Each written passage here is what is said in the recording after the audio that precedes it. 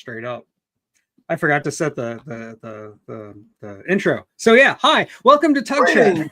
Good God, that was quick. Greetings from South Carolina. Welcome to the show, Tug.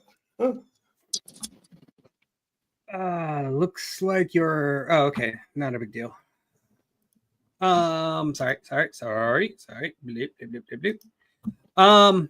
Behind the scenes stuff. StreamYard being weird. So, wow, I wasn't ready to just get right into it. No kidding. Welcome.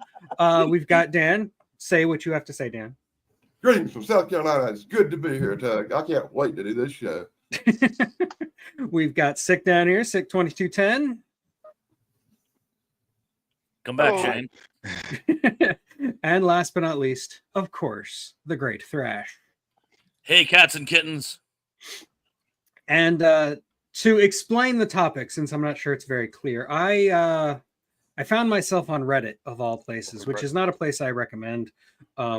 But I found a Reddit thread that was basically, the question was, what's a nerd debate that'll never end? And there were like 5 million responses. And these are all like really classic questions. You'll see as we get into it.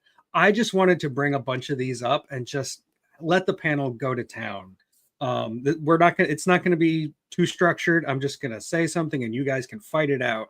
And of course, I will also be fighting it out myself. And just as the palate cleanser, the first one, the very easy one, I will say a GIF versus GIF. GIF. Is it pronounced GIF or is it pronounced GIF? GIF. I think it's GIF because of your natural pronunciation of the word G.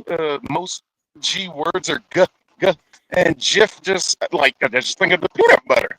Yeah, exactly. GIF is peanut butter. The majority of the way I've heard it pronounced is GIF. I only hear buttholes say GIF. Well, apparently the controversy starts because the guy who invented the format calls it GIF, as in gene, and I'm like, no, it's not graphical. It's not graphical. It's graphical interface format. So is it Young and Alive? Gene. Gene. Yeah, Are we talking about peanut butter?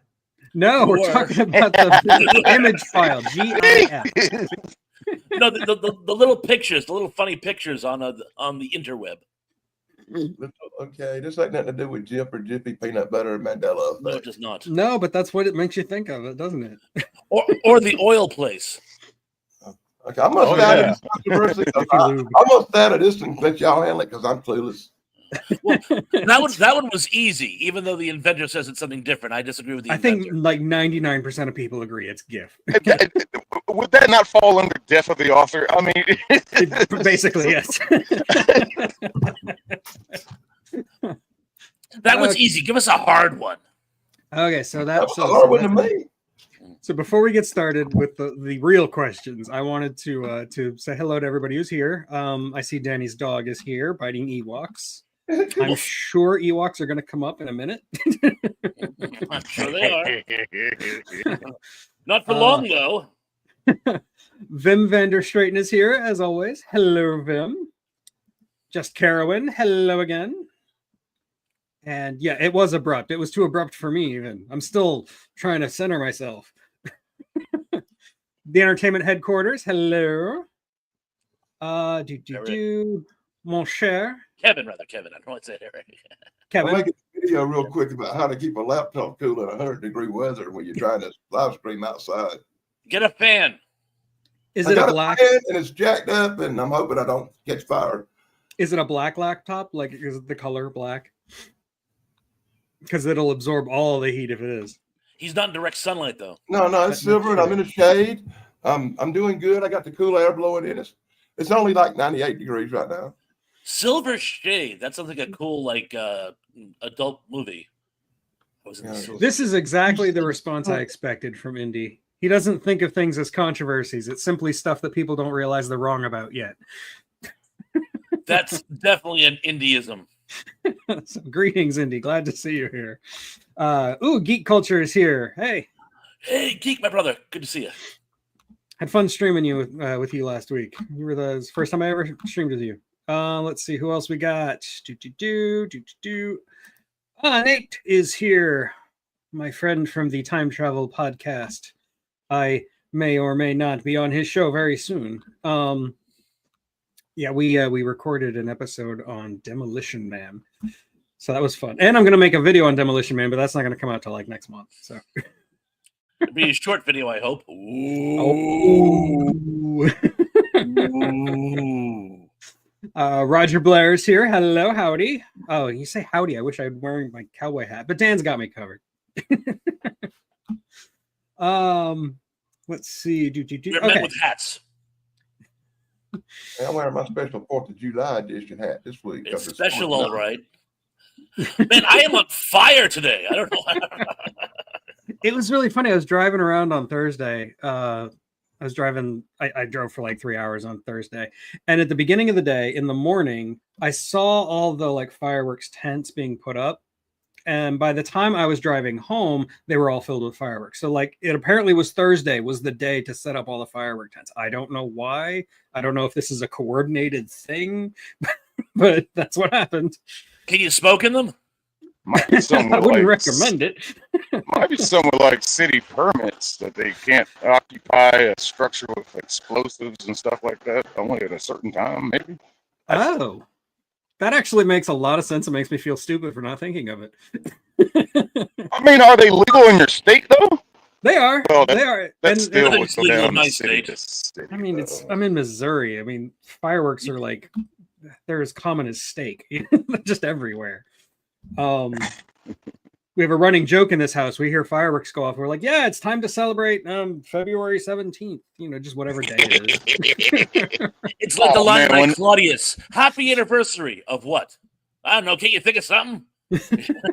That's how it was in Georgia when they legalized fireworks. It's like, it's Thursday. Pop, pop, pop, pop, pop, pop, pop. Yeah. Hey, look. I live in South Carolina. You don't need a holiday to have fireworks. They'll be having a cookout on Saturday, and suddenly you'll start seeing fireworks and hearing people screaming and hollering.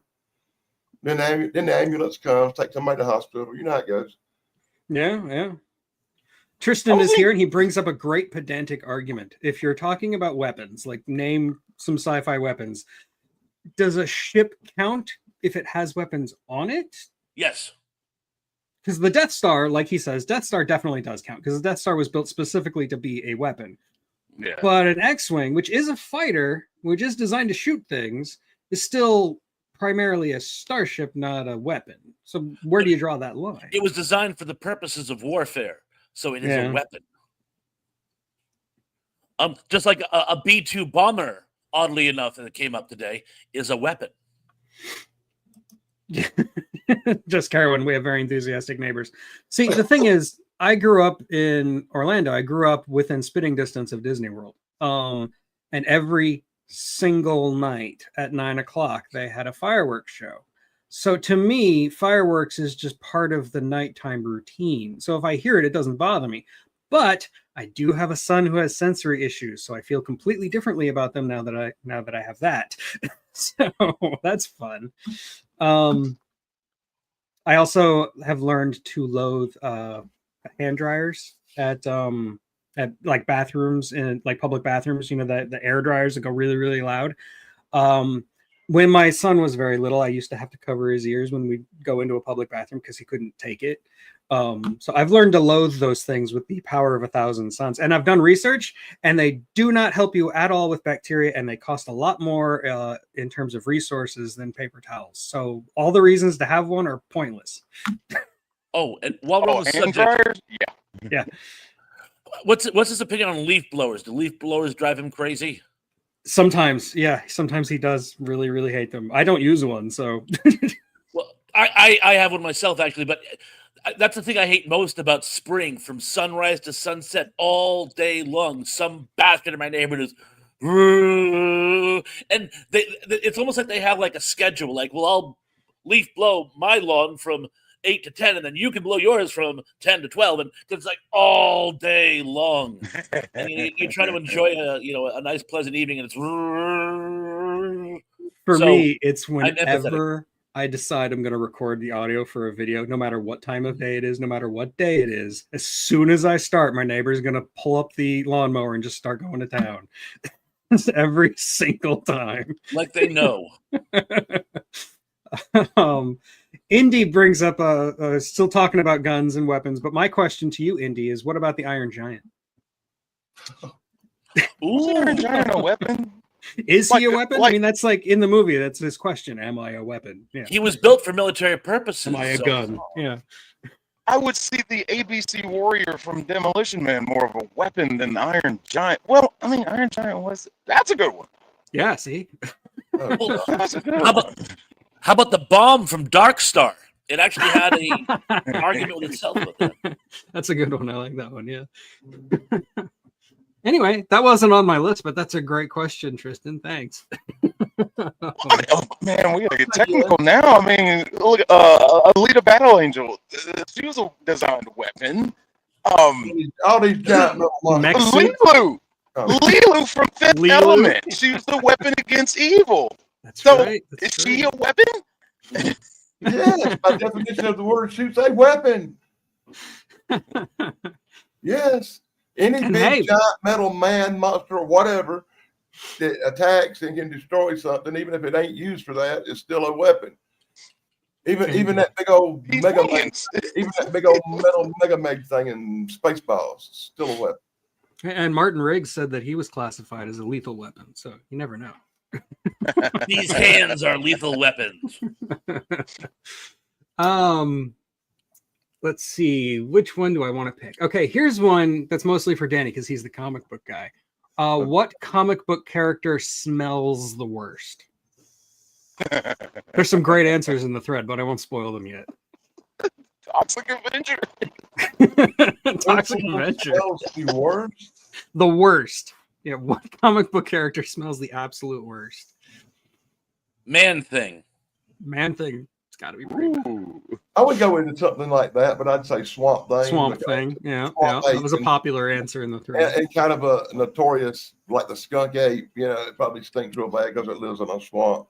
Especially if it lives in a Florida swamp, it really stinks. Space herpes. Ice pirates for the win. My favorite answer from the thread was actually Solomon Grundy Mm, because he's a walking corpse. he's a gimmick. But yeah, Swamp Thing I think was the most popular answer on the Reddit thread. Hey, if it was that Family Feud, I'd have just won all the points. Yeah, you would have. I hate that game, by the way. Just saying. Really? That's a lovely game. No, because I have real bad Tourette's, and when I guess the answers and they're not number one or they're not on the board, it just drives me ape shit crazy. I start snapping. It's one of those games that relies on What other I've learned people. about- You. I don't like to lose. What I've learned about Family Feud is you can't guess the answers that you would believe would be number one. You have to think like the 100 dumb Americans that are answering these questions. And Right, they right. will have some of the stupidest answers up there on the board. And it's just like, okay, you got to think like them and not like what would yourself. it say? They do that. I think in some roundabout way he just complimented me, but I'm not sure. We'll say he did. Anyone ever see the episode of It's Always Sunny in Philadelphia where they do the spoof on it, Family Fight, No, with I don't think I Keegan have. Michael Peel? Nope, From haven't seen Keegan- that one. It's one of the funniest things I've ever seen in my life, and he was amazing in it. Does that count as a comic book character? Mystery Men is a movie, not a comic book. Yeah, but Mystery Men started as a comic book Oh, did it really? I didn't Yeah. even know that. and a graphic okay. novel, I think, in England someplace. Well, then I guess the spleen It counts. started as a comic book. Spleen, spleen, you're young. I'm sorry, I couldn't resist. I actually remember when the Mystery Men or the thing come out, the movie. Yeah. Yeah, everybody was real disappointed because it didn't stick with the comic book so much. I just didn't have any interest in it because back then I hated Ben Stiller. So I still do, but I give that movie credit. That little flying head ball that bowling ball thing was pretty cool. okay. Okay, what is the best movie trilogy? Ooh, So hard. Does it have to be specifically 3 or just the first 3 in a series? I'm gonna say the best 3 in the series because all the ones I always think of have more. Like if you're gonna talk about Star Wars, come on, you got to talk about the original trilogy. You know, And Yeah, only the original trilogy. Freaking question. I've thought about this question time after time after time, and I think I'm at Die Hard. Die Hard 1, 2, and 3. yeah, that's a good one. That's a really good one. That was one of the ones I'm conflicted about, but it's the part 3 that kills it. Star Trek. Really? It's, Die and Hard it's- 3 is one of my favorite number 3s. and Star Wars Yeah. would be on that list, but then part 3 came along and Ewoks, so that killed it. Everybody hates the Ewoks. Why? Then it was down to Halloween, but then there was 6 other weeks, and if you count that one, that just shoots that one all to hell. So I'm stuck with Friday the 13th. That's a good one. I'm Friday going to the pick 13th, Star Trek. Star Trek And 2, Star 3, Trek. 4. Star Trek, That's like Star cheating. Trek, and Friday the 13th kind of tie with me for movies with the most parts that I didn't hate. I actually would probably say Indiana Jones. I really Yeah, like. Oh, I even like the second one a lot. Like I like all 3 of them. I think they're I great. like all Indiana Jones movies, but No, I like all quality. 3 Indiana Jones movies. Yeah, but there are other ones. no, there I aren't. like the bookends. I watched this Dial of Stupidity thing the other day, man, and I was like, oh god. I've never even seen it. Like Kingdom Yeah. Hearts Oh, don't just bother. got me so Oh, yeah, bad. don't- No, man. Don't bother. Out of respect, you should watch it. You can't talk about it. You can't criticize it if you don't suffer through it. Yes, you can. Watch the trailer. You can criticize it all you want. I spent 2 hours of my life watching The Day After Tomorrow yesterday. I can endure or sit through anything now and not be too disappointed. Ah, My final answer is going to be, and I'm throwing down the gauntlet here too, by the way. Even though they're only marginally connected, my favorite trilogy of all time is The Living Dead. I kind of knew you were gonna say that. Night, Dawn, and even Day. It's funny. I didn't like Day either, but then I got into a huge debate with a guy, and he goes, "Rewatch it, watch it for X, Y, and Z," and I did. And it's actually, while it pales to the other 2, it's actually a really solid stand-up movie, particularly when you consider the fact that he envisioned making a Gone with the Wind of zombie movies, and when he get the budget, he was stuck making this more modest picture. But I think it stands up, so that's going to be my final answer for trilogy. And yeah, Nate, I agree. The best trilogies have an arc that's resolved by the end of 3. I mean, like, say what you will about Ewoks, Dan, but like at least the original Star Wars trilogy has a beginning, middle, and end, and feels like a complete story. You know, even though they made That's something- 6 more, 7 That's actually. something- 7 more. I still stand by Friday the 13th now, and I think it over real good. The first one starts out with the original, and we all know that story, and it was earth changing in the world of horror. Part 2, it introduced Jason for the first time, all his ugly deformities, and then part 3, the iconic hockey mask is You get the born. mask, and That's it all gets 3. solidified. Yeah, That's 3 ever better movies in a row, and very few series gets past number 3 without everybody throwing up, because it's number 3 that turns into the Ewoks. You know, it's number 3 that brings series of movies down 90% of the time. It's hard to get past number 3. Shane, what's your final answer? My final is gonna be the Die Hard 1, 2, and 3, but I'll give an honorable mention to the Matrix trilogy. Even though they got a little rocky, and like the second half of part 2 is probably the best part of the movie, and part 3 feels like it's doing a lot, but there's that shootout scene in the when they're trying to hold the bridge from all the Sentinels and everything. That was just epic. There's a lot of nonsense. Oh god, a lot of nonsense in the movie, but Okay, It's one of the trilogies man that me did and what my they were wife. trying to do. Yeah, that's one of the trilogies me and my wife watch all the time. So. if you bring up some superhero movies, I did like up there with all the other movies. I did enjoy the first 3 X-Men movies, and I think they should be high rated as a trilogy that should be on the top 5 at least. That third one though is really rough. It's really Yeah, I like but- X-Men stuff. It's better than the X-Men movies that came after it, but it's still rough. Absolutely. Once again, once you get to that part 3, it's you lose something. Yeah, it's hard. Except for Friday the 13th, which actually had part 1, 2, and 3 being what they were wonderful and carrying the trilogy. They were actually better parts down the road. You know, The funny thing about part 3 is because it was shot in 3D, they were trying to really get the money's worth out of the gimmick. So I think the story suffered because they were doing too many in-your-face gags. But I Yeah. mean, 3 does stand up. it one no of matter my what favorites. happens, it makes up for it because it was the birth of the iconic hockey mask character, Yeah, you really get all of the tropes are really like An iconic- solidified in 3. Yeah, an iconic horror movie moment that can't be. it is. Yeah, a Mount he- Rushmore moment. he shoots that harpoon with the first time he's got the hockey mask on. That's an iconic scene. The 3D gimmick makes it actually. I had to No, go through the that. 3D gimmick worked. I thought it was overused through the course. It's like that one Three Stooges that was shot in 3D, and the entire show is them throwing things at the camera. You There were know? there were definitely a lot of that in the movie, like the guys with the yo-yos on the balcony. That was stupid. know, but once you had the again- eyeball popping out on the screen. I mean, come on. That's Eyeball great. scene was cool. Once And when again, the biker punched through the glass, and it looked like he was punching through the screen. Oh yeah. Go ahead, once Danny. again, hey, once again, guys, I may be a little prejudiced to that movie because as a young person, I enjoyed the pleasure of seeing that in a theater full of people with the 3D glasses and getting the screaming, hollering movie crowd full Friday the 13th Part 3 3D effect. And it's one of them things that'll stay in my mind forever because I was eating shrooms.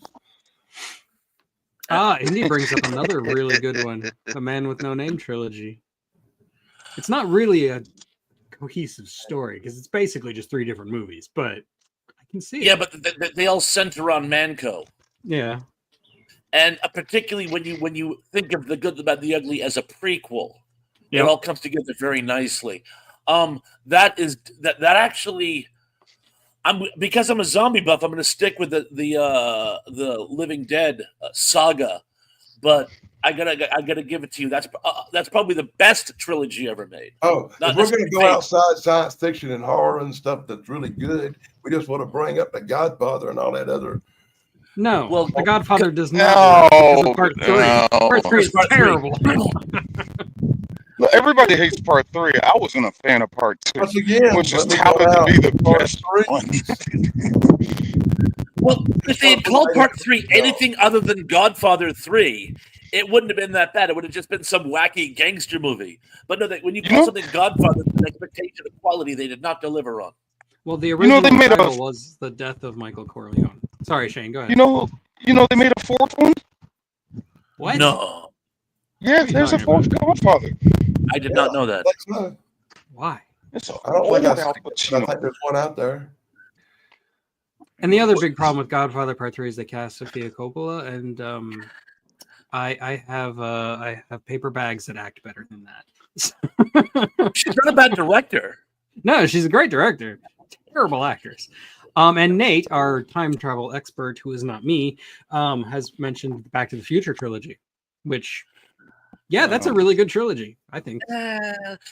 When he's his own paternal grandfather, I'm sorry, McFly becomes his own maternal grandfather, which makes no sense because he also plays his father in the second one. So what, is there like no fork in the bloodline?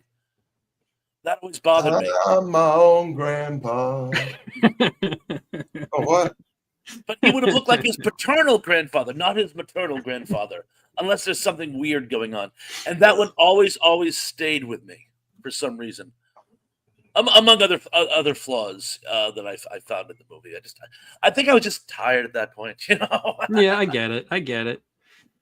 Indy out here bringing out the obscure things, Dr. Mabuse. I mean, Twisty. if you want to talk about Fritz Lang, we can talk about Fritz Lang, but that's a whole other topic. So actually, now that I think about it, I didn't hate the third Terminator movie neither. So the Terminator might qualify.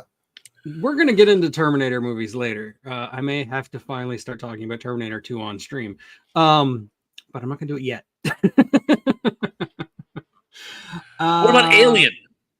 Alien, Alien? I do like all 3. Yeah. Part I 3 think was the third crap. one is I think the third one makes a lot of mistakes, but as its own movie, as its own like bleak future movie, I think it's actually pretty good. The problem is it's tied to the first two Alien movies and doesn't really do anything new, which is kind of annoying. But I mean, I like the idea of a space penal colony. Dutton was outstanding in it.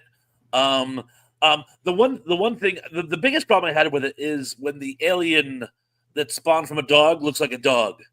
That doesn't add, the aliens look like aliens regardless of what they spawn from. And I don't know why they decided to do that. I think it was the director made a weird choice. No, the director had absolutely no control. David Fincher has completely disowned that movie. Oh, thank you. It was based on basically 4 completely different scripts that they just sutured together like a Frankenstein creature, and that explains a lot. One of which, by the way, was written by William Gibson, and actually is the worst of the 4 because I've read all 4 of them. Really? Yeah. That's commitment. Although that worked for Planet of the Apes. I like all the Aliens movies. I really do. I like them all, every one of them. But I also like the Giant Claw. So if you were to take the first 3 Planet of the speaking of which, the first 3 Planet of the Apes movies in embryo, you ignore the last 2. Would that count as a trilogy? Sure, I'll allow it because I'm a pushover on this show. That would be a good one too. And I'm not saying I don't like the last 2, but it's trilogies, not quadrilateralogies. Yeah, that's called a tetralogy, I think, or is that no? That's 4. What's 5? A pentalogy? I have no idea. Anyway, which I thought was a study of Satanism. Hi, Snarky. Hey, my sister, how you doing? Oh, and hi, Gary Carpenter. What's up? Gary. I thought of another one, but now I've lost it already. Oh well. Anyway, moving on. I've already teased it, and I know Nate is here, so we might as well get it out of the way. Time travel.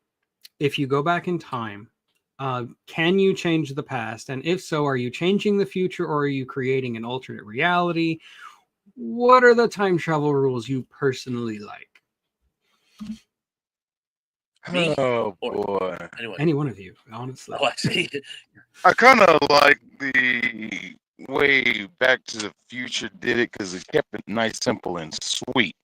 Even though there's more implications to, like, if we get into something like butterfly effect, then you really got some problems. Like to say, a lot of, well, some materials will explore that idea that if you go back to like the dinosaur era and you kill one pterodactyl, has that you come back to the present you think you left, and all of a sudden, you know, it's like the Nazis have taken over the world because of that one incident. And it's just like, well, that can be a little far-fetched, but it is plausible in a sense.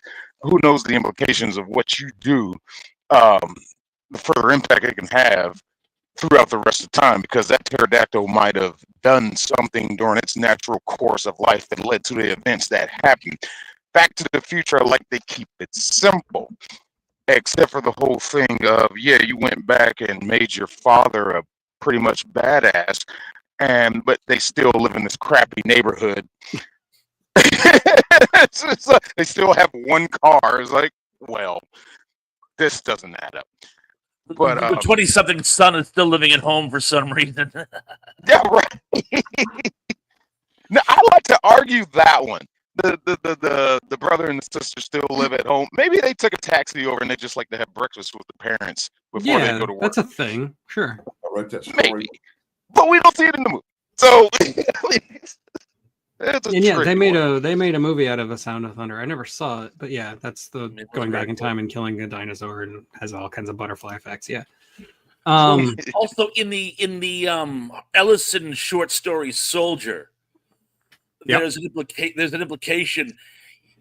Quarlo triggers this global peace movement, and while he's going to vote for it himself, Quarlo's handler, the guy narrating the story, stops and says, "Gee, I wonder if somehow this global peace movement somehow led to the events which triggered the endless war." And he goes, "Then I pushed it out of my head and voted for the 30th time." You run the risk of not changing the time loop, but becoming a part of it. And this is somehow how things end up. The simplest answer, which is one I usually go for, is in the Many Colored Land series, they describe it as a series of unrelated boxcars in a train or like in a merry-go-round. So when you time travel, you hop off the merry-go-round and hop back on.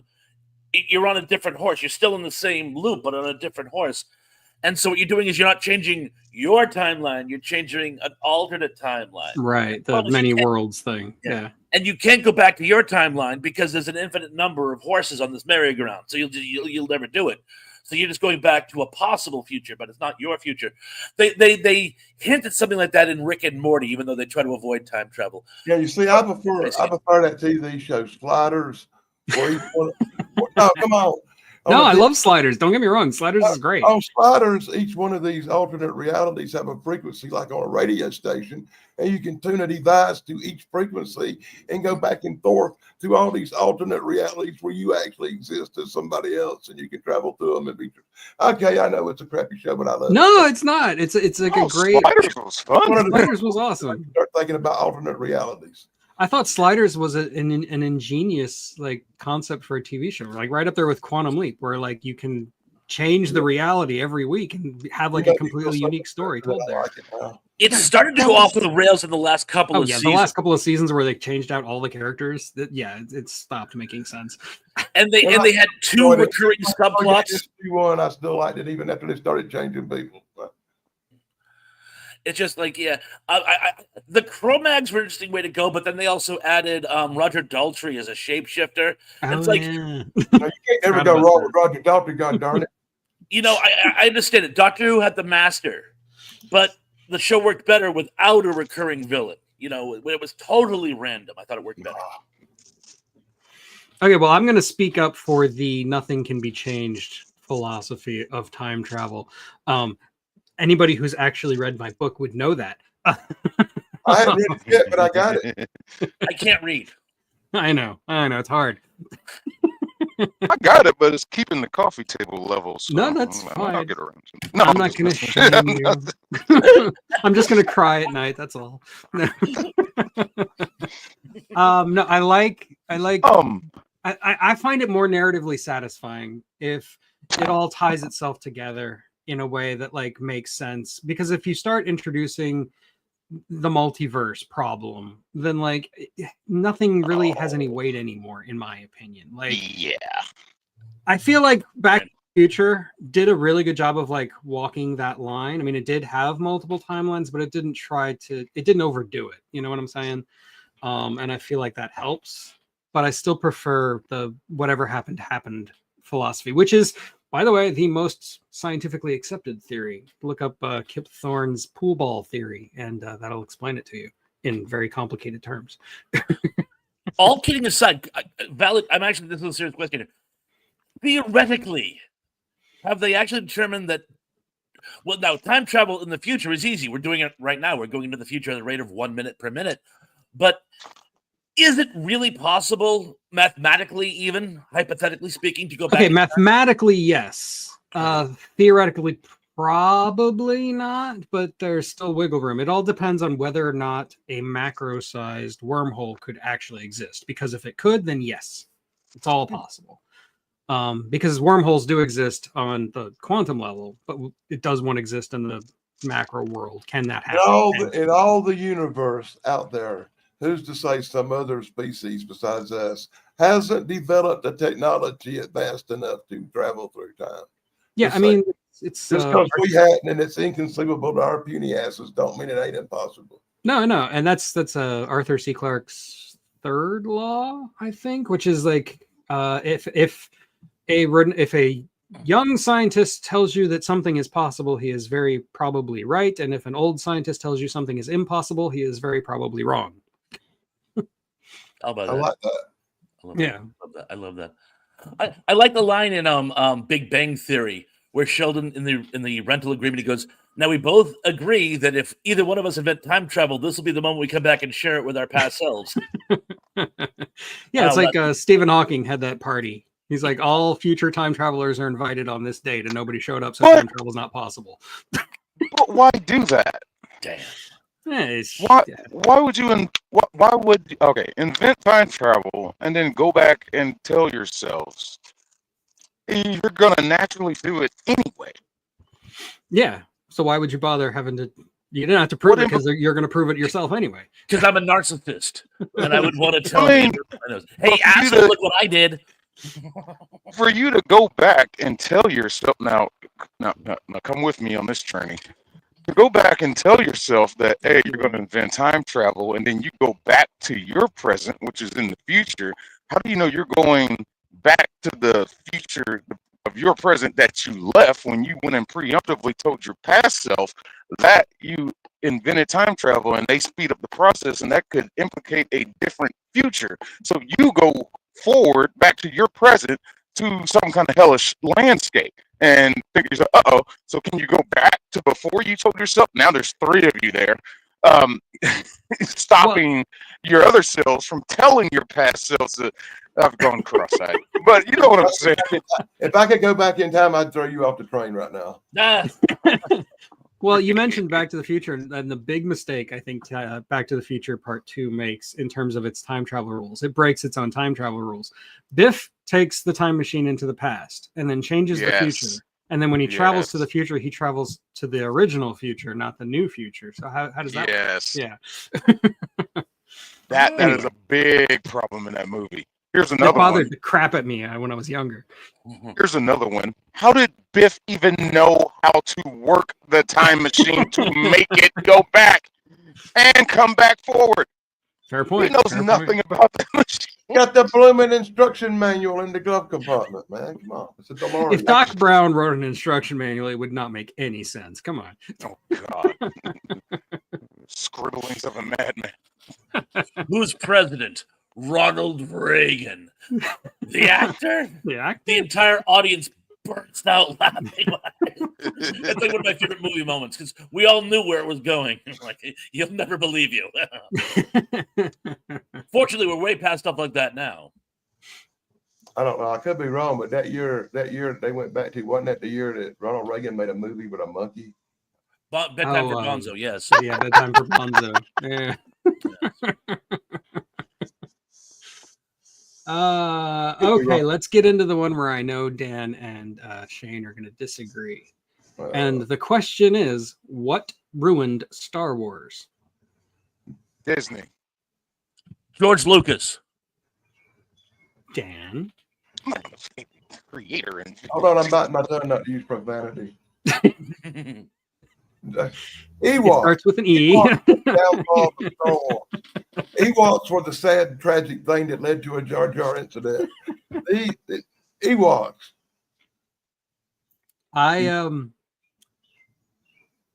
I'm gonna say J.J. Abrams, but there are things I still like about Star Wars. I'm still trying to keep my rose-colored glasses on. Andor season 1 and season 2 are fantastic. They're the best thing Star Wars has going right now. Of course, it's over. Don't get me wrong. I'm a Star Wars fan too. I love the furry little bastards deep down in heart, but they still remind me of the movie Hundreds of Beavers. They cute little furries that were made for the fans. They're 100% the kind of toys you get at McDonald's when you buy a Happy Meal. They're all about commercialism. I didn't like them being in a Star Wars movie. I thought it's an alien movie about. They should look a little more like aliens, not like beavers. Just saying. I will defend J.J. Abrams on the front that when he did The Force Awakens, it was safe, it was simple. It could have used a little more development of Rey instead of her just being awesome for no reason, but everything else around it, fine, it was safe. It was Ryan, whatever his name. Now, see, me and Shane are going to disagree now. He killed that with The Last Jedi. And I'm still putting a lot of blame on Disney, too, because they tried to make 3 movies in 4 years. Yeah, they didn't have a plan. That was the big problem. They didn't have Yes. an overarching story worked out before they started. That was the big fatal mistake. You bring in J.J. Abrams, and J.J. Abrams' like method of storytelling is mystery boxes. You don't need answers. All you need are questions. And that's not going to work for Star Wars, like at all. I think if you gave JJ all 3 movies and 10 years, they would have had a good sequel trilogy. Something stomachable. Because that 3rd one, that was last minute. Yeah, and you can tell. What's his It was name? Sean McGovern. God, what's his name? Trevorrow? McKellar. No. The guy that plays Palpatine. He got a call like what 2 weeks or 2 months before the movie released. But hey, you want to be in another Star Wars movie? Like, what do you mean I'm dead? Well, about that. And anybody in my chat who is saying Empire Strikes Back, you should check out my video from a couple of years ago. I released on April 1st about all the ways that Empire Strikes Back has ruined Star Wars. But you should watch that. It's great. I still get comments from people who think I'm serious. I'm not even remotely serious, and the tone could not be more satirical if I tried. But apparently, it's still too dry for some people. I had that problem with my Velma season 1 review video. People You thought gave I it a was good dead review. serious. I was being so sarcastic, praising it and everything. The people took me serious. I was like, "How did you like this?" I'm like, "Oh my god, are you serious?" I had my Velma shirt on, Velma hat, pink glass, everything. It's just like that's a awesome. joke. I gotta check that out. That sounds great. Okay. I think we killed the time travel one, and I didn't have to talk about Terminator 2. At least So in we're the all good. universe. Oh, the Terminator series, I swear to God, they just took a big steaming pile on time travel. They I don't hate have the way they consistent handle it. rules in the Terminator Yeah. series at all. Terminator 1 had my favorite kind of time travel. Whatever happened, happened. Everything was a circle. Everything was a loop. It all made sense. Every other Terminator movie blows that completely up. Just completely. I don't understand how you send back Kyle Reese and he's John Connor's father. It's just like, wait a minute, you made a decision in the future, so Connor, you shouldn't exist in the future. If you had to send Kyle Reese back to impregnate your mom, there's a causical, whatever the word is, loop there. Causality? That yeah, there's a loop there that makes no sense. Well, The you theory could is take the into Mobius consideration becomes she a was loop. a waitress. She probably was a hoe anyway, and maybe she was already pregnant and just thought he was the father, whatever. You raised a good point. You might do a She was DNA test on that boy.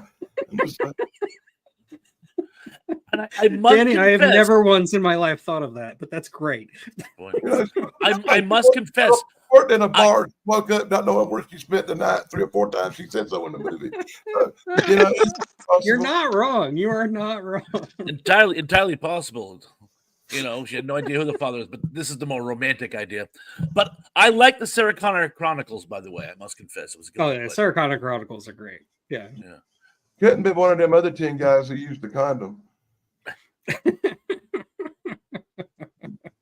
But the Oh, Sarah sorry. Connor Chronicles had like All the Sarah Connor fans are gonna hate me now. Summer Glau. it had Summer Glau, and it also I love had Summer. Shirley Manson. And come on, man, I could watch that all day long.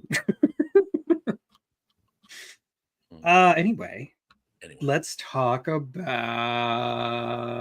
Okay, here's a classic: Kirk versus Picard. The correct answer is Cisco.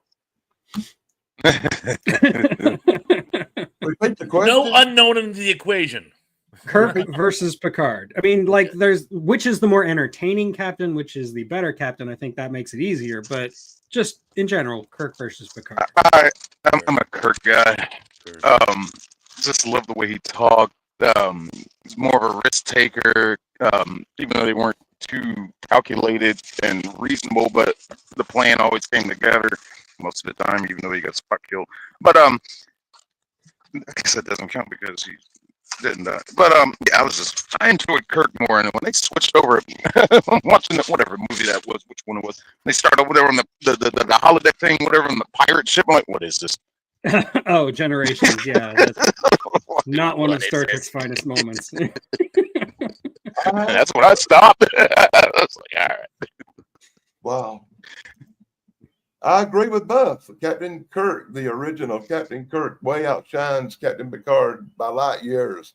Captain Kirk's movies, the original crew movies, are much better than anything the Next Generation done. I like the Next Generation too, and I'll give you this: as far as actors goes, Patrick Stewart's a way superior Shakespearean actor, 10 times the actor that William Shatner is. But William Shatner pulls off Captain Kirk because he is Captain Kirk. He really went to space. He is Captain Kirk. and he's almost 100 years old. His longevity will be hard to beat. Yeah, Captain Kirk chewed the scenery. Picard was great, but he was a very sort of prim and proper, like Captain 19th Kirk is century a World world Navy. icon. Everybody in the world knows who Captain Kirk is. Mhm. Most people in France know who Picard is.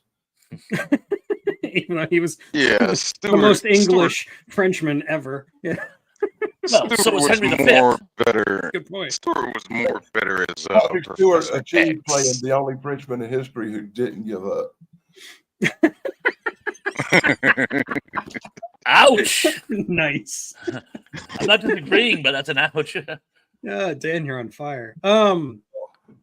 I have to agree, actually. I think Kirk is by far the more iconic. He is the Western hero in a sci-fi setting. He is the wagon train to the stars guy. Granted, if you take away Spock and you take away Bones, he's not quite the same, whereas with Picard, he could stand alone. I do think Picard is the better actual captain. He's the better actual leader, but Kirk is the better character. Hold on, Tug. One thing here. Let me point out that William Shatner went on to do shows like The Barbary Coast, where he played that master of disguise, guys. If you never saw it, which was a character, and he was Little Blue riding the T.J. Hooker, riding the hoods of all them cars in that police show. Yeah, I'm not going to say William Shatner can't act. He actually can. He chooses not to a lot. When you got that kind of talent, you don't have to overdo it no more. Right. The man did a movie in Esperanto. He did. What? The Intruder. You never saw that? Oh my God! Yeah, he No. did a movie in Esperanto. Add that to the list of movies I haven't seen yet, to the surprise of William everyone. Shatner totally steals the horrible movie called American Psycho 2. William Shatner totally steals that whole movie, by the way. Why would you watch that? If you can sit through that movie, his performance is worth it. Well, that's the same thing with like Miss Congeniality, a terrible movie that I would never wish on my worst enemy, but William Shatner's great in it. Yeah. Oh, I'm sorry, Incubus. I said Incubus. The Intruder. The Intruder. He plays a white supremacist. That sounds familiar, yeah, because that's an old. That's wasn't that a Corman movie? I think that was a Yes. Corman movie. Yeah. Yes, that was a Corman movie. But Incubus is the one that's made entirely in I Esperanto. think that Intruder thing might be Shatner's first actual title role, maybe. I think you might be right. Yeah. Yeah, I think I saw that somewhere. I just read I saw it the for- Roger Corman Right. autobiography, and I think he talked a lot about that. So yeah, I said because through it. he loved I that movie a lot. I don't like that kind of stuff, so I did not like that movie. But Shatner was good in it. Yeah. Fan. Yeah. Yeah, that's not why I watch a Roger Corman movie. I'm going to mute you for a second, Sick, because you're making a lot of noise. Oh, you did it yourself. Oh, Haha, you I did it. much more prefer the Corman movie. Yeah, I got out the truck. I'm walking over to the store. So my bad. I'm in. No, that's fine. You muted it. You did the right thing. Anyway, I prefer the Corman movies. It's more entertaining, like Little Shop of Horrors. Yeah, exactly. Yeah, Bucket of Blood, that kind of stuff. Yeah, Bucket of Blood Fun killed me. stuff. God. Yeah. The guy who played the Squire Trelane and the Klingon commander in Trouble with Tribbles, something Campbell. I know who you're talking about. Yeah, I don't know his name. I couldn't tell you, but I know who you're He's talking actually in an amazing Corman film that was done as this like psychological thriller in set in Ireland, and he's great in it. I can't think of the title either. Indy, why have you forsaken me? about. He can only type so fast. I suppose. Yeah, I don't think Corman was involved in the Incubus, but he was involved in wasn't? the Intruder. I don't know. Oh no, yeah, no. I'm getting my wires crossed now. Yes, Yeah, he yeah. did the Intruder was the William Shatner film when he's a white supremacist. I believe it was. Oh, what was the guy's name? He was this like crazy actor director who did Incubus, and I can't think of the name to save my life. But William Campbell, I thought he was the writer. I get all the Campbells confused. There's John W. Campbell. There's Joseph Campbell. There's too many Campbells. man. Bruce Campbell, You know, there's Soup Martin Campbell. Martin Campbell. It makes me happy that you guys know the fact of who produced it, who wrote it, and who directed it, because that's something I know nothing about. I'm good with movies and were they good or bad, and about the I'm a movie. film geek. man. Maybe That's my once in a whole while, thing. if John Agar was in it. I might know an actor, but geez, man, y'all know all the little Who was details. married to Shirley Temple. It's my favorite John Agar trivia. He was Mr. Shirley Temple.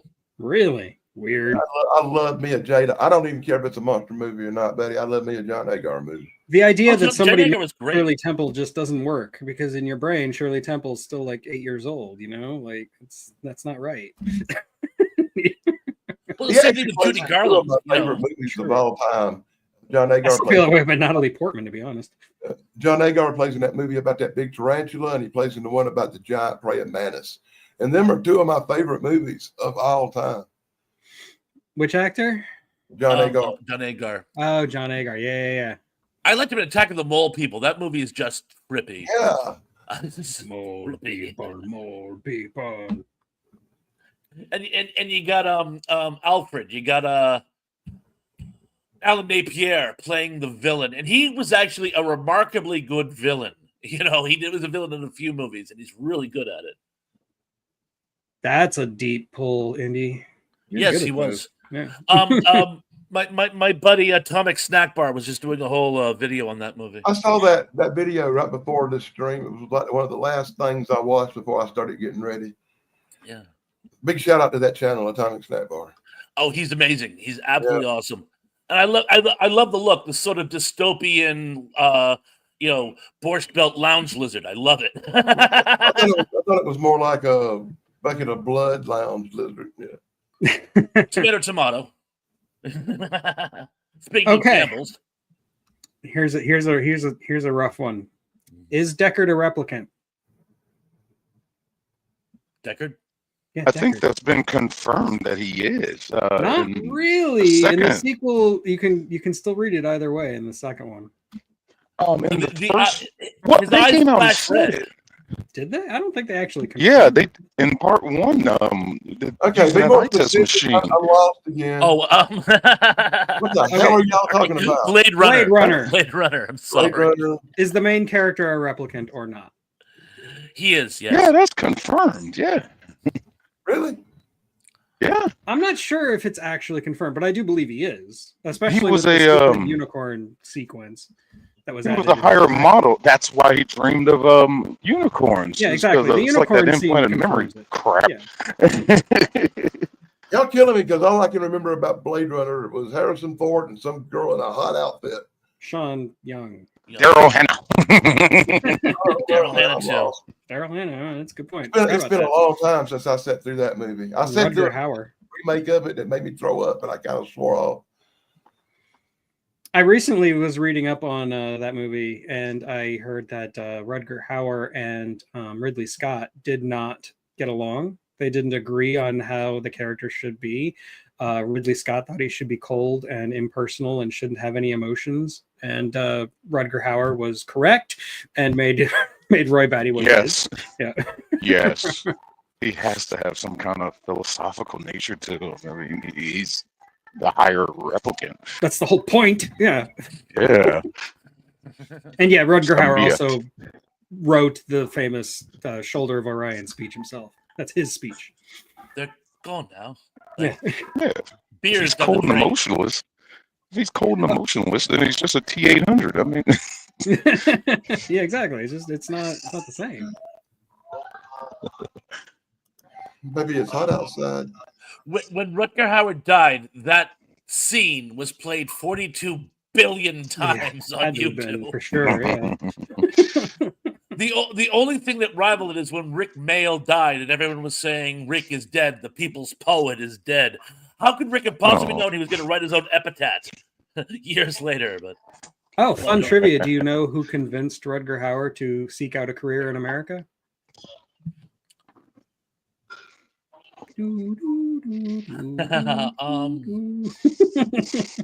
no, I don't. Paul Verhoeven. I would have never gotten that. They were best friends, and Paul Verhoeven actually had cast him in a couple of whatever country they're from. I can't remember now.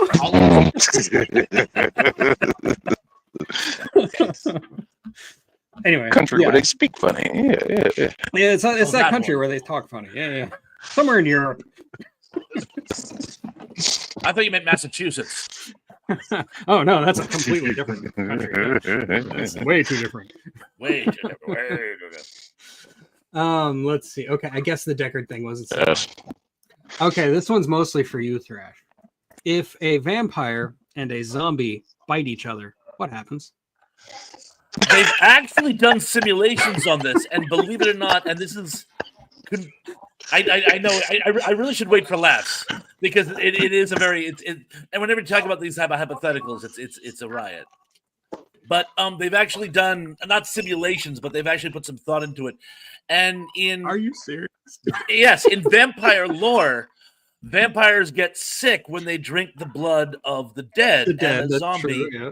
is dead. So it won't kill them. It can't kill them. They're already dead. But it will make them viciously sick. And while vampires tend to be very much stronger than zombies, they can still get ripped to shreds. And if there's a big enough zombie horde, the zombies would destroy them. But now, as far as the zombie goes,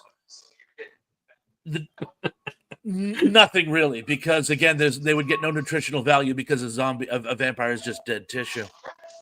But yeah, so but yeah, as a vampire could be made deathly ill if he was tried to feed on or was bitten by a zombie. I'm curious what's going on in your head, Dan. No, yeah, I agree that if a vampire tries to suck the blood out of a zombie, which he would not do, then yes, it would make him sick. A vampire would take out a horde of zombies because have you ever seen the movie where the vampires actually use freaking weapons like swords and guns and shit? Vampires will decimate zombies with their powers plus weapons. 100 zombies couldn't stand up to one pissed off vampire. And in real life, zombies and vampires would absolutely cancel each other out because a zombie biting a vampire is not going to have no effect because no zombie virus can affect something that's already fucking dead. So it can bite all day long if it's lucky enough to get through the swords, the guns, and all the supernatural powers. Good luck, zombie. And no vampire in these right lines ever going to suck the blood out of the Walking Dead. I don't even consider a zombie. I don't consider 100 zombies a threat for a newborn vampire. Like misprints. That's all I got to say about that. I also think zombies probably don't have flowing blood. I mean, sometimes in things like The Walking Dead or something with the practical effects, you'll see blood spray and stuff, but that doesn't make sense. Like it would be solidified. It would be curdled, right? I think that depends on the amount of time dead. Just saying. Again. There's still metabolic activity inside a zombie, or they wouldn't be able to move. So it's again, opinion divided. There's also and again, I'm getting into deep geek territory here. I must say that's why we're here. Yeah, but even by geek standards, there's two schools of thought for zombies. Is whether you pick horror or science fiction. In horror, they're just reanimated bodies. It's like done by black magic. In sci-fi, they actually have some tradition, but they're still functioning bodies. Because am I hearing Morse code or some shit? Yeah, I had to mute Shane again. He's doing something with some paperwork or something. he's probably looking up vampires versus zombies. Yeah, he's doing his research. I'll unmute him in a minute. Must be doing an actual paper book. Paper book. What are you talking about? Opinions divided why zombies actually bite people because they don't derive any nutritional value from flesh. I always love the idea, going back to the Incredible Melting Man, where their bodies are decaying, so they crave healthy tissue. It doesn't do them any good, but they try to get it. Okay, I've unmuted Shane, and then no more noise. We're good. Yeah. Sorry, I was conducting some business. Sorry. I understand. Yeah. It's totally fine. All right. Let's see, where was I? Vampires and we all know that the best way to adapt I Am Legend would be to make them vampires, not zombies, because they're supposed to be vampires.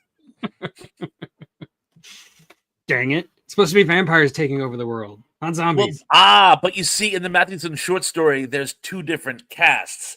There's the people who were alive who succumbed to the virus are still lucid, and they're like regular vampires. The ones who died and reanimate are more like zombies. And they're more like ghouls, really. Yeah. Exactly. But the more human ones try to wipe out the other ones after they wipe out the humans.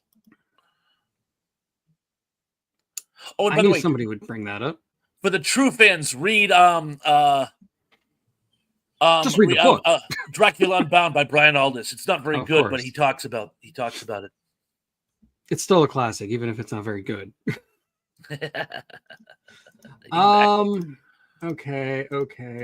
And yes, Bib, it certainly did. In fact, as I'm always saying, watch my content. I do the top 10 influences for Night of the Living Dead, and that's up there. You'll never guess number one, though.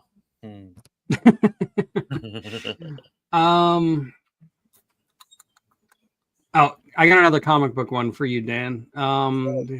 This is obviously a who would win in a fight kind of thing because this is very common for comic books, but it's The Thing versus Hulk. Who wins? I think. And Hulk don't would- talk to me about that one time they did fight and The Thing won. That was stupid. I don't know. I just think if you go by everything in the comic books, Hulk would pick him up and just rip him into little teeny tiny pebbles and smash him, crush him to Thank death. you. That's how I feel. Stomp him into dust because he's the freaking Hulk. And if you make Hulk mad, he's just going to get bigger and stronger. Agreed. The Thing is just a rock. I concur too. Hulk smash. Good. We're in And agreement. I think Hulk would make spinach out of Swamp Thing and just eat him. Oh, can I do a who would win in a fight? Because Yeah, actually, go I for came it. up with it myself. That's like a whole subject. So yeah. go Thank for it. you. Oh, and yes, Indy, by the way, Day of the Triffids is not only an influence for Night of the Living Dead, it's one of the most influential science fiction films of all time. But Let me say this real quick, Thrash. When I think of the Hulk, I think of the scene where the Hulk grabs Loki by the ankle and flops him back and forth and says, "Puny God." And Love that. if he does that to a god, what's a pile of rocks going to do? Good point. Let's say, When he does that, the voice that says "puny God" is actually Lou Ferrigno. No. Yeah. That's cool. Fun fact, I did not know that. wow. So, I'm who full would of win a this. fight? Godzilla or Gamera? Godzilla. This stupid flying turtle doesn't stand a chance. Oh, I know. That was an easy one, but it's one of my favorites. Godzilla, I would right? want to see it though. Definitely want to see it. I never saw Godzilla eat a turtle before. Okay, then how about this? How about Anakin Skywalker versus Paul Atreides? Did he say Anakin Skywalker versus Pauly Shore? What? No, Paul Atreides. Atreides from Dune. I would love to see him fight Pauly Shore, but yeah, Paul Atreides. Can we go back to stupid flying turtle for a second? You want to go back to that? No, sure, we can go back. Okay. That was hilarious. Screw Gamera. Anyway. He's the GoBots to Godzilla's Honestly, Transformers. Godzilla hit that turtle with the breath. Wouldn't that turtle be just like cooked, well done, and ready to eat? Yeah, absolutely. Okay, we'll level the field. What's Gamera Gamera got, the versus power of friendship? Anguillus. Oh, Voltron versus the Power Zord. Oh, that's an interesting one. I hadn't thought of that. I don't know. I don't know either. That's a hard one to I'm answer. gonna go with. You know, I'm gonna go with Voltron on that because Me too, Voltron. separated. I think Voltron, their vehicles separated are more strategically able to battle on their own as opposed to a mastodon, saber-toothed tiger, tyrannosaurus, the tiny little arms. What are you gonna do? You got 5 cats coming at you, and the rest of y'all, one has to stay in the air. They have any tactical advantage. All you got is that saber-toothed tiger that's gonna fair chance. That mastodon dead. Tyrannosaurus dead. What was the other one? I have to agree with him again. This I is don't pretty remember. hard, baby. It's been too Another long, man. Pterodactyl, saber-toothed tiger, But so much tyrannosaurus. one my whole life. It's giving me a headache. The Daleks and the Cybermen. Okay. They actually did that. The Daleks won. Okay. Oh well, that's No that.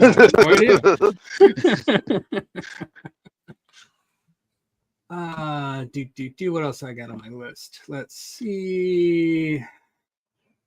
Okay, we did Kirk versus Picard. We did that. Okay, this is a Harry Potter question. Was Snape a horrible person or not? I think Snape did it all out of love. I think he was a douche. Like Snape. I mean, I love Just put on that- Alan Rickman. Yeah, I think Snape was just putting on that tough guy character to come off as intimidating, but he really did care for all the kids. He did what he had to do because maybe the other headmasters were not as willing to put in the work to do what needed to be done, sort of say. They were too soft, and somebody with a strong hand needed to step up and take care of business and make sure Harry was, good to go. It was a mission for Hans Gruber. Ah. Harry Potter, man. Oh my God. I knew you were going to say those When it exact comes- words. When it comes to wizards, I like my wizards with pointy hats and robes and carrying great big stacks like the ones in The Hobbit. I do not like my wizards looking like nerdy little boys with glasses with tiny little wands. I'm not a big Harry Potter fan. The worst thing in a Harry Potter movie is Harry Potter's bitch ass. He gives wizards a bad name. I like the bad guy wizards a lot better. So basically, Danny is saying that he not only thinks Snape was not a horrible person, he is Snape. The leader of the horrible bad guy wizards is the best That one would of be the Voldemort. Yeah. Yeah, the bad guys are always best. It's like wrestling. The puny little good guys look like nerds and are real disappointing. Harry Potter can't even keep his little girlfriend happy. Well, she was in the Ron Weasley. Because he's got a tiny little wand. He ought to get him a staff and be a real wizard. Call your doctor today. Oh my God. Okay. Let's bring this back. Oh, Gary, answer your question, Merlin. Yes, of course, Merlin. Yes, Merlin is the Merlin greatest wizard of all. Fast, you know. But Merlin or Avatar for wizards? I mean, I do think Avatar from Wizards was great, but Merlin's iconic.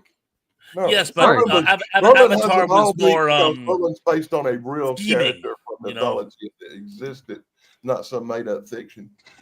You know, there was a Well, Merlin. then obviously it's Rasputin. There was a Merlin. It was a historical reference for that character, so that makes it more real and more greater character.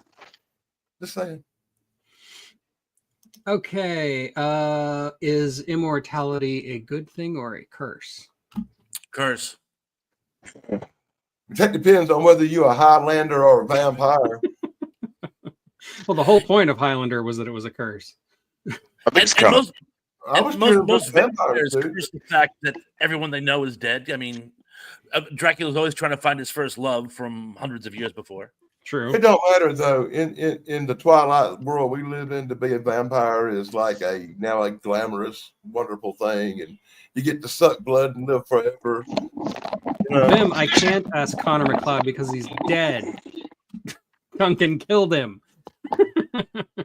Who wants to live forever? Who wants Um,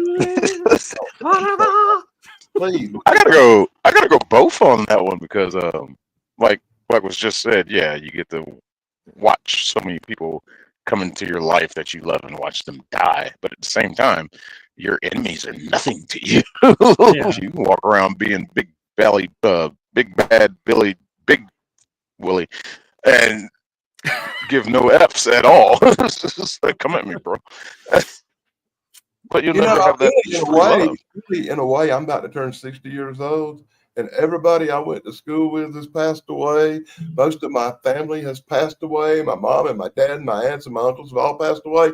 I'm starting to feel a little bit like the old last in line Highlander myself. Well, none of that. The world changes so much. You would have that constant feeling of future shock. Yeah, Like- basically, yeah.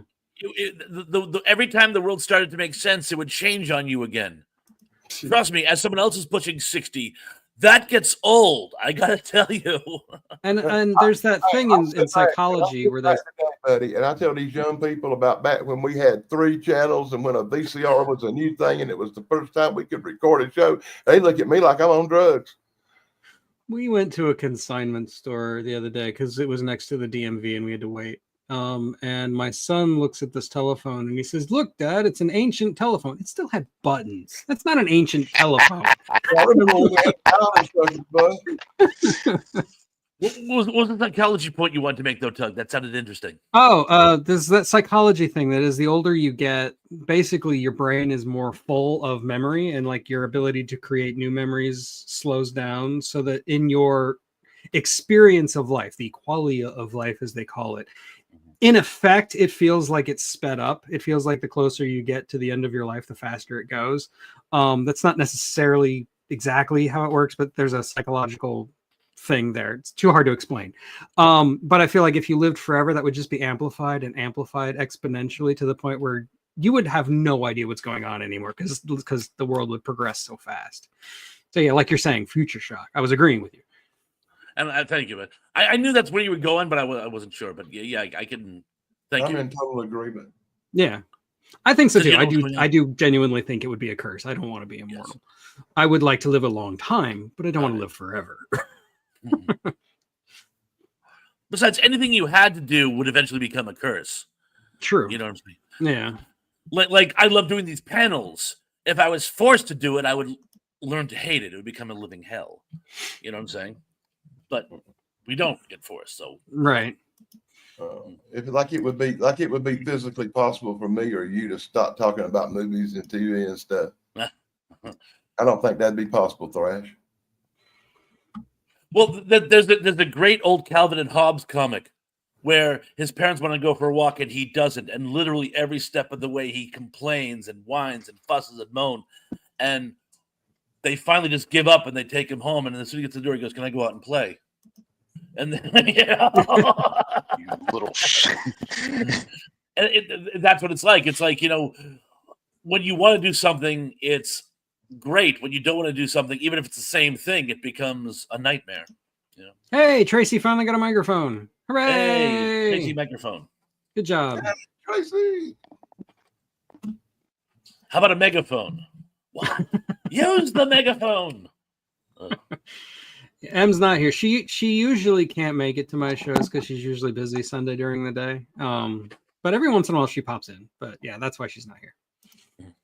Let's bring that back. The last night we were on this show and Mentug was talking about it, and he has a Therminator, one of them little sound. Theremin. I have a theremin. Yeah. How's that work? Right? I had to look it up for the pronunciation. Woo! I cannot believe that you actually have one of these. I do. I have a I'm looking theremin. forward to the live stream where you whip it out and play. I'm us. gonna have to bring it out and show you. Yeah, No, for sure. you got I to. It's I know. I mandatory. do. I have to. I'm going to. I just got to go find it. It's somewhere in the basement. Oh. But I got it. It works. I'm terrible at it. All I can do is make it go.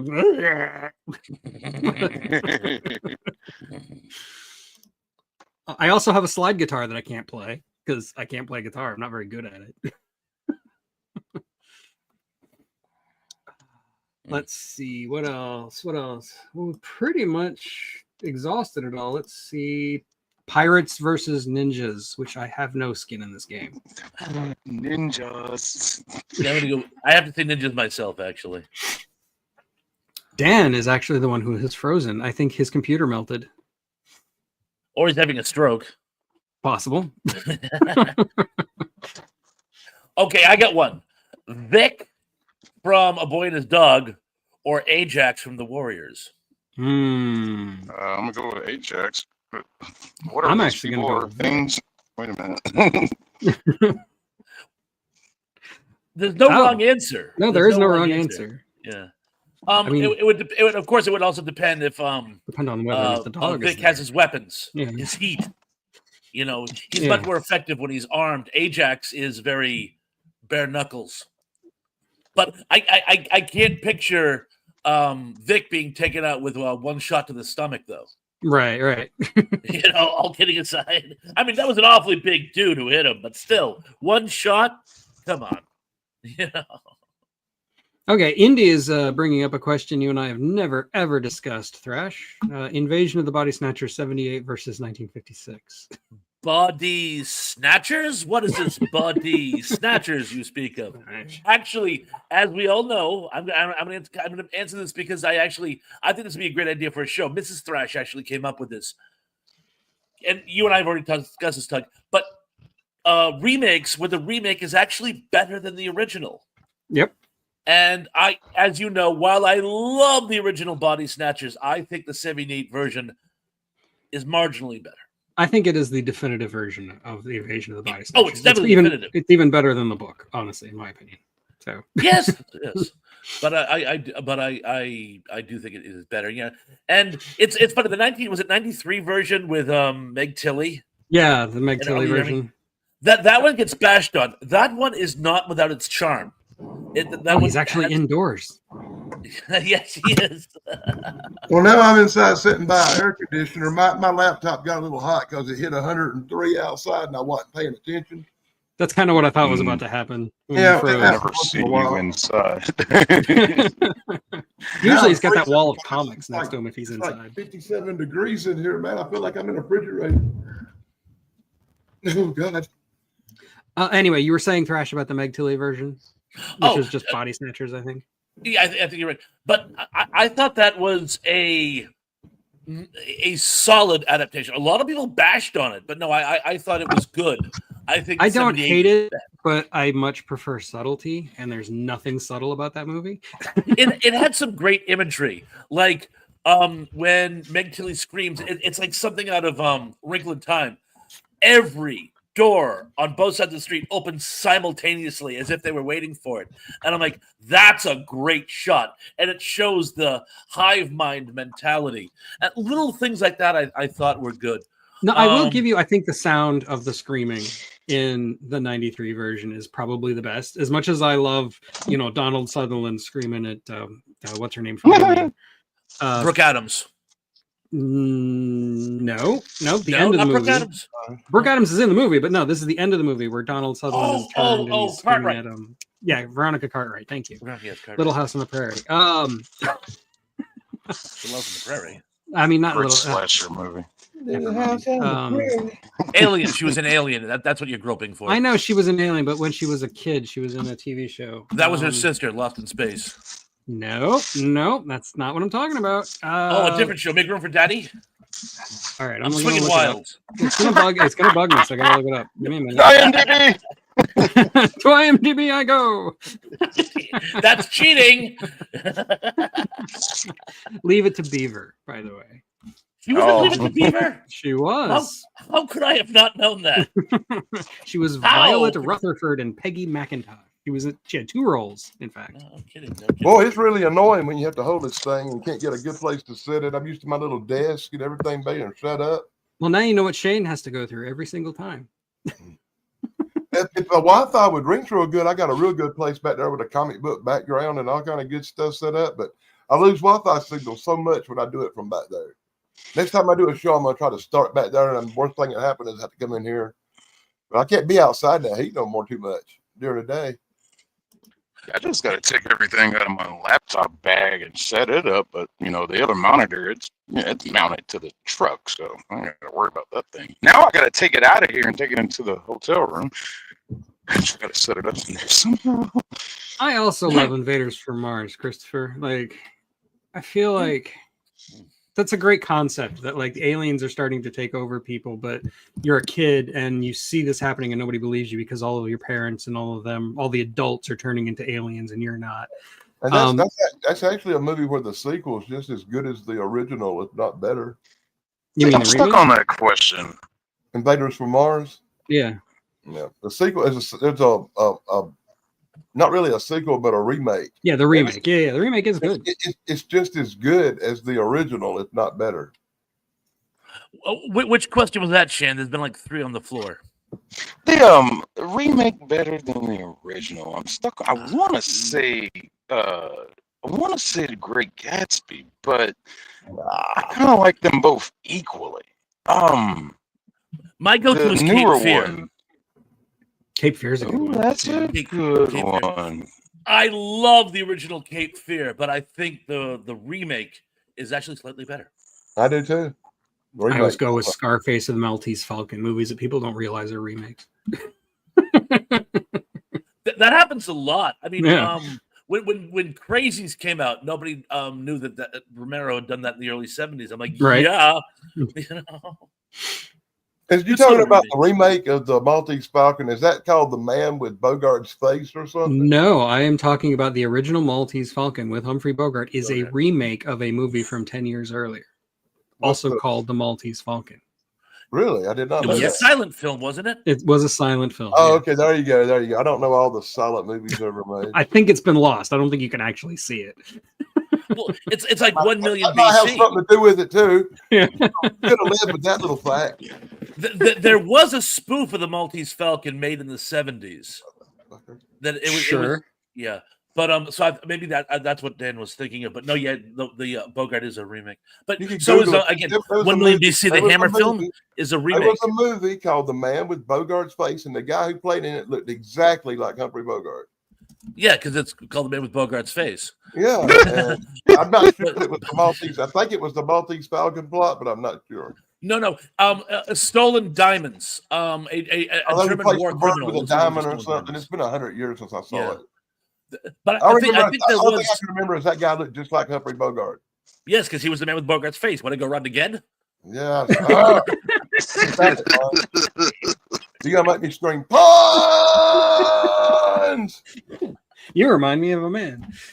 What man? And with power, With power, power. voodoo. Voodoo. Oh God. Oh. Yeah, other remakes that are better. Like my genuine answer is usually either The Fly or The Thing, because the 1982 The Thing is, I think, better than the 1951 The Thing from Another World. As much as I love the 1951 movie, do not get me wrong, it is a great movie. But I think the John Carpenter movie is a masterpiece. And it's I far more totally- faithful to the Campbell novella. Yeah, I actually agree with you 100% on both them choices. 110%. You couldn't have made a more accurate statement. Yeah, And I do love Vincent Price's The Fly too. But Yeah, you me were right, too. the Jeff Goldblum is yeah. It's also a great movie, but It is. it's also David Cronenberg's masterpiece. Yeah, but Jeff Goldblum, the Fly with Jeff Goldblum grosses people out on. Oh, it's on gross. It whole is real new gross. freaking levels, man. Yeah. I remember seeing that movie for the first time, and I was swear to God, I was about to barf. It was horrible. I was young then, so there you go. Mm. How John about brings up your, Dune. what's your favorite horrible remake? My favorite horrible remake? Yeah, well, I'm since gonna you're go here, I Total guess, Recall. Total Recall remake. Oh, that is real bad. That was Planet of the so- Apes, the Tim Burton version. Oh dear God! Yeah, that one's real bad. But I think the absolute worst, The Day the Earth Stood Still, the Keanu Reeves version. Never saw so bad. Okay, That The was worst- absolutely crap. Yeah. okay, I got to go with this. So far, the worst remake, if you want to call it that, of a movie is Tom freaking Cruise in The Mummy. Oh yeah, that's a good one too. It's a blasphemy to horror movies. I don't even classify that one as a remake. I look at it as like a adaptation. It's like the stories are just they go two different ways. It makes no sense. Put it It's this like way. we're trying to set up a dark universe. Please. First movie fail. I'm like, ah. Let me say this. Next to the Tom Cruise Mummy movie, the one with Brendan Fraser, the old Mummy remake movie, is a freaking masterpiece. I like the Brendan Fraser version. I do too. It's a That masterpiece. was a fun movie. Next to that movie, it's a masterpiece. Yeah, next to even the Rock CG in the sequel, it's still a masterpiece. Yeah. Okay. Yeah. Oh, Indy Brent mentions another Tom Cruise remake. What do you think of War of the Worlds? Oh, God. That's think possibly the worst remake of all time. No. Dakota the other Fanning, one's worse. man, shut up. Hey, did Tom Cruise ride a motorcycle in that movie? I don't think he did. No, that's No. one of the few movies where he doesn't ride a motorcycle. Okay. Once again, it's hard to name a movie that Tom Cruise is in that I actually like. Or I haven't. You like Days of Thunder? Top Gun? Top Gun Top Gun. Maverick? Days of Thunder's okay, but I think it might have something to do with Val Kilmer, not him. But okay, I might like a movie, but I don't like him in it.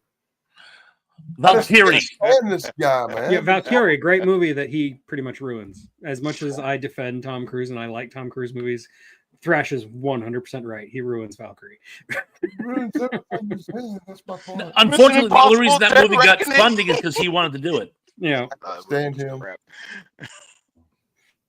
And now that director's persona non grata anyway. So Yeah, wasn't there some scandal? yeah, that's a Bryan Singer movie. Bryan Singer. Yeah. Enough said. I don't want to get sued. I hear nothing. Let's see. I've actually gone through all the ones on the list. I've gone through the entire Reddit thread. So and it's almost an hour and a half. It's almost like perfect timing. Wow. Oh, So we're gonna have a different subject next time I come back, right? Yeah, yeah. This isn't going to be a recurring segment. Like I might do this occasionally, just as like filler. But yeah, Now, next week you're doing Next Generation, right? correct. I'm doing the Next Generation movies specifically. Yeah, that's next week. Believe it or Um, not, I have very little input on those. If you want to take a week off, Thrash, you're more than welcome to. I can. Well, I love doing the show, but I don't think I'd be much help. I mean, I could like just throw you my can just be opinions there, in, but I think color commentary and make jokes at us. That's fine. by me. I think perhaps it would be best to let the big boys handle that one. Big Okay. boys handle that one. But I'll see you I'm in good 2 either weeks. way. I know all kind of. I love Star Trek. I like Star Trek better than Star Wars. So Well, you want to take his place next week then? anytime you need me, man, I'm up for it. But All right. Well, let's point this out that I think me and Thrash on our shows on Sunday afternoon. I think he's going to be doing solo for a couple of weeks, and I'm going to take a few weeks off for 4th of July vacation week coming up. And as much as I like it, I can do these afternoon shows with you. But come the late afternoon like that, I got some other issues and some things I need to be doing in the afternoon that I might take a couple of weeks off till these holidays are over. You know what I mean? yeah, I understand that. Summer's always a busy time for me too. So I get Well, I it. don't want it to be. It's just I have no choice. Yeah, 'cause it's especially with summer. your laptop melting like that. That's okay because by the next time I do a show like this, I'm going to have something set up inside under the air conditioner where I won't be outside letting it overheat. I can't let that happen. I don't like that. I might go out there for a few minutes, smoke a cigar or something, but I'll be right back in the house moving. I don't mind. I can make it move around. I get to show more stuff. Okay. Well, thank you again, Shane, for being here. Are you going to go live anytime soon? Yeah, as soon as I get in this hotel, it said I'm too early, so I gotta wait like 30 minutes if I can check in. The 3:00 check-in time. Yeah. It's always a bummer. Well, that he said I can check in at 2. So yeah, I thought he was about to say 3. And he said, "Were you early? We don't have any rooms ready." I was like, "Man, I'll clean the room. I don't want to be in this truck." But rules is rules. So but yeah, as soon as I get in there and set up and everything, I'm gonna go live. Probably about 3:00, I guess. I don't know. Central. Happy birthday, Bubba. Yeah, we're having a birthday Happy stream for birthday! Tracy on Saturday. Yeah. Oh, So, Pons, you're doing something tonight, right? yeah, I'll be on it at my normal 7:30 time, and with any luck at all, the entertainment headquarters is going to be doing a live in probably about a half hour. So we're going to just be light talk on the best TV shows of the 50s and 60s. Shoot me the link for that. Hmm. Or So maybe anyway, I got a motor, guys, but it was an absolute fun. Shane, it was great working with you again. Tug, Dan, it's always great working with you. I'll see you guys tonight, huh? Yep. Maybe See you 12 tonight. All right, man. Peace, take Goodbye. care. and now I feel real bad that I took Pons' place for being the guy with tech issues today. But at least I'm going to be the guy who gets ill and freezes up whenever I bring up something I don't want to talk about. All right. Well, good night, everyone. Thank you and good night.